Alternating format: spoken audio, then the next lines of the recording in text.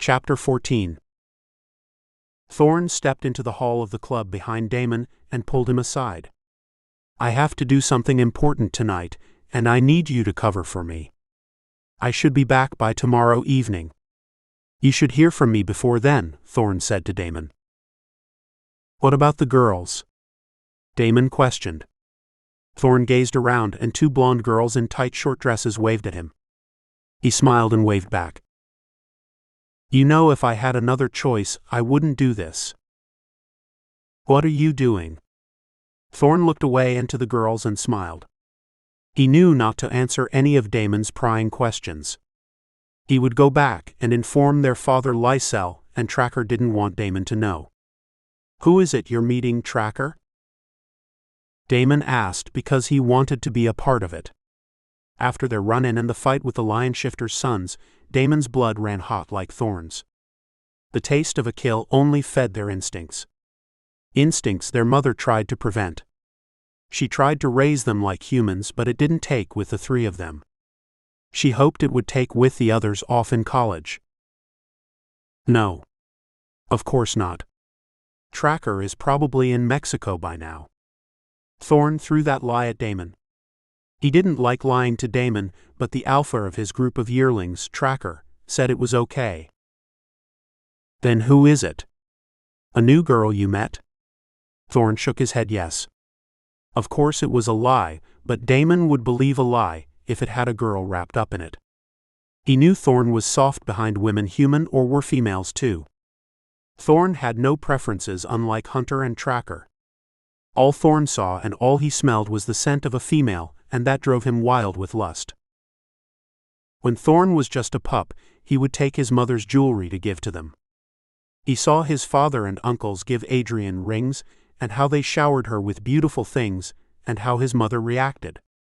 He wanted to receive the same attention and affection from females as his father Lysel. The teachers would confiscate the jewelry and return it to Adrian, and Adrian always indulged Thorn, telling him it was okay. And she would say, "Don't worry, you are just like your father, always thinking this will get you favors." Then his mother would kiss him. So Thorn thought it was good to give females presents. Adrian liked his adoration for females. He would give his girlfriends a ring instead of a box of candy during Valentine's Day celebration. However, he was giving rings and bracelets to so many girls that Adrian had to buy fake jeweler to keep from losing the diamonds and gold Wilder, Lysel and Drayton presented to her on their anniversaries. Thorn just in elementary school when he developed a crush and first discovered girls. But it was high school when he got his first taste of them, and he liked it. He couldn't get enough of them. Lysel was afraid he would make one pregnant too soon. But that didn't happen, and not because he wasn't trying. Lysel had to keep a tight leash on Thorn because of his romantic behavior. "Let's just have a good time with the girls before I go," Thorn said. On their way from the hall to the dance floor, they passed a booth, and sitting in it was Sadia. They had to take a second look. She appeared more matured than they expected. Her breasts were unusually large, and her dress small and short. Whenever they saw her at school, she was shy and reserved and wore loose jeans or long dresses. Nothing really to look at, but now sitting there, she was stunning. Laughing and talking and leaning into a wereshifter, he was whispering into her ear, and she laughed. Thorn or Damon didn't know she could laugh. Whenever they saw her, she looked sad. They knew that Tracker had made her unhappy because he didn't want her around him. "She's too young," Tracker had said to them and to anyone who would bring up her name. "Sadia, I thought you had left town." Sadia turned and watched at Thorn and Damon with narrow eyes, and her mouth fell open in shock. She didn't expect to see them and both together. She could never get over how similar they looked. But after all, there were 6 of them, and the first 3 were almost like triplets as well as the last 3. Very few could tell them apart. "What are you doing with a wereshifter?" Damon said, always one to give advice and criticize everyone's actions. "Don't talk about me as if I'm not here," the wereshifter said, glaring up at Thorn and Damon, not showing the least amount of respect, and not recognizing them as alphas because he thought of himself as an alpha too. The only problem was he had no pack, not unless he picked up a lone fox, and a mountain lion shifter who came into town looking for work. "What are you doing with a were-shifter?" Thorn added, not looking or acknowledging the werewolf. He glanced at Damon. "I didn't think there were any in this town." "I thought they were vanished to Alaska or Russia," Thorn said, looking at Damon and snickering with a mocking tone. "You don't own this town and I can go where I want," the werewolf said. His tone arrogant and hard.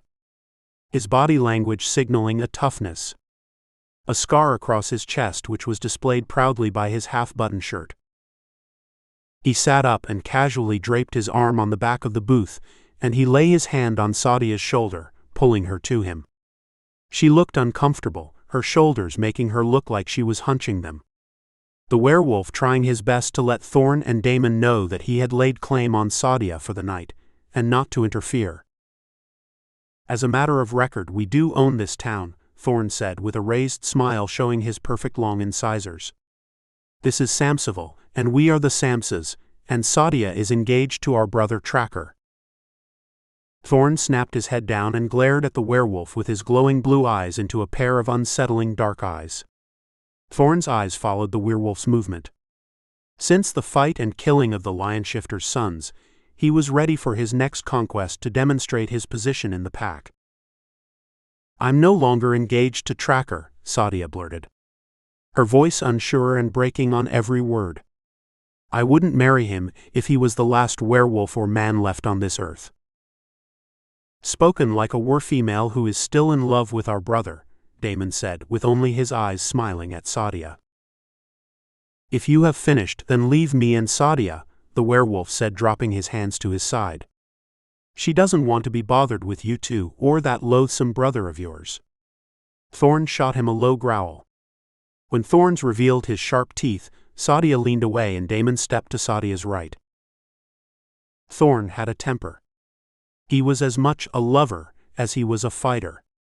Damon grabbed Sadia by the arm, pulling her out of the booth to him.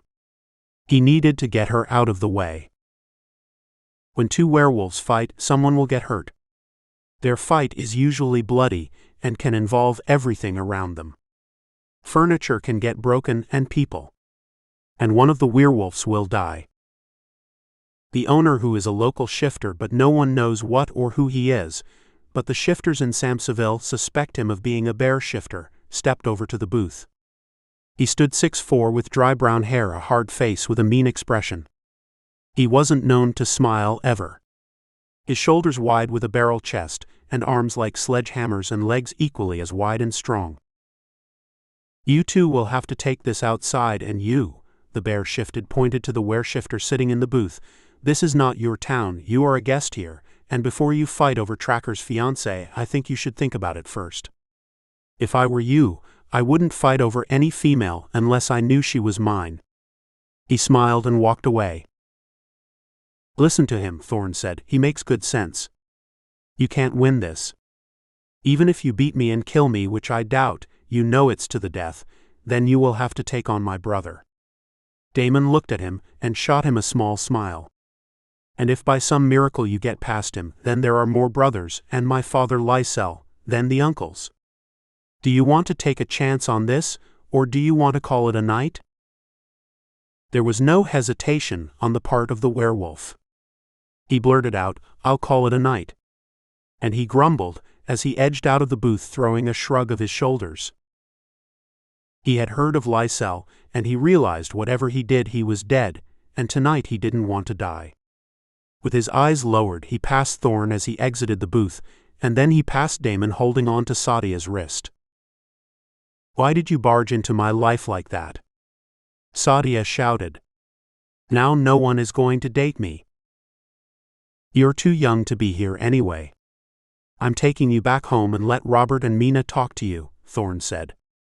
Turning to Damon, Thorn added, "Kiss that good-looking girl for me. You know where." "I'll do more than that," Damon said, strutting back to meet the girls who had been standing waiting for them for an hour. They wouldn't leave with anyone else, because who else was there as handsome and as rich as these two are, with the exception of Tracker and the other Samsa men. Thorn escorted Sadia out of the club with a crowd of onlookers watching and whispering. He stood in front of his bike. Wow. I like this. I like riding on motorcycles. You feel free. Nothing to keep you closed in. She made a satisfied sigh and looked to Thorn as she climbed on the bike with Thorn's help. Where are we going? Am I going with you? You're going home because I have to meet Tracker. Can't I go with you? I'm just going to run away again. Where did you go? Camping. Thorn shook his head and laughed. When were you planning to return home? When I ran out of food and when Tracker came back. Well, Tracker isn't coming back. He's gone for good. I know he won't stay away too long. Soon he will come back to me. I know he will. Thorn let Sadia think what she wanted. Who was he to tell her that she wasn't what Tracker needed at this time? Sadia was safe and Tracker never wanted or needed safe. Danger was what he craved. Thorn was taking Sadia home because he wanted to see her safe and because she wouldn't be with that lone werewolf stalking around. When he started up his bike, it made a roaring sound, and it shot off with Sadia screaming and laughing. Pulling up in front of her house about 15 minutes later, Robert was just driving up from his all-night shift at the hospital. He stopped the car and jumped out. All he could see was his little girl. She had come home. He ran and hugged her, wiping tears from his eyes. His anger subsided. He didn't ask how Thorn had found her, he didn't want to know. When he opened the door holding Sadia close to him, he didn't say a word to Thorn, but Thorn knew he was grateful. Sadia wasn't happy without Tracker. She would run away again once she got the chance. She needed to be with Tracker. As bad as he was all she ever wanted because she was in love. A werefemale loves only once in her life, and that's when she gives herself to her mate. She will devote her life to him and her pups. But there was no Tracker and no pups. And like Tracker, Sadia would have to discover what waited for her in life.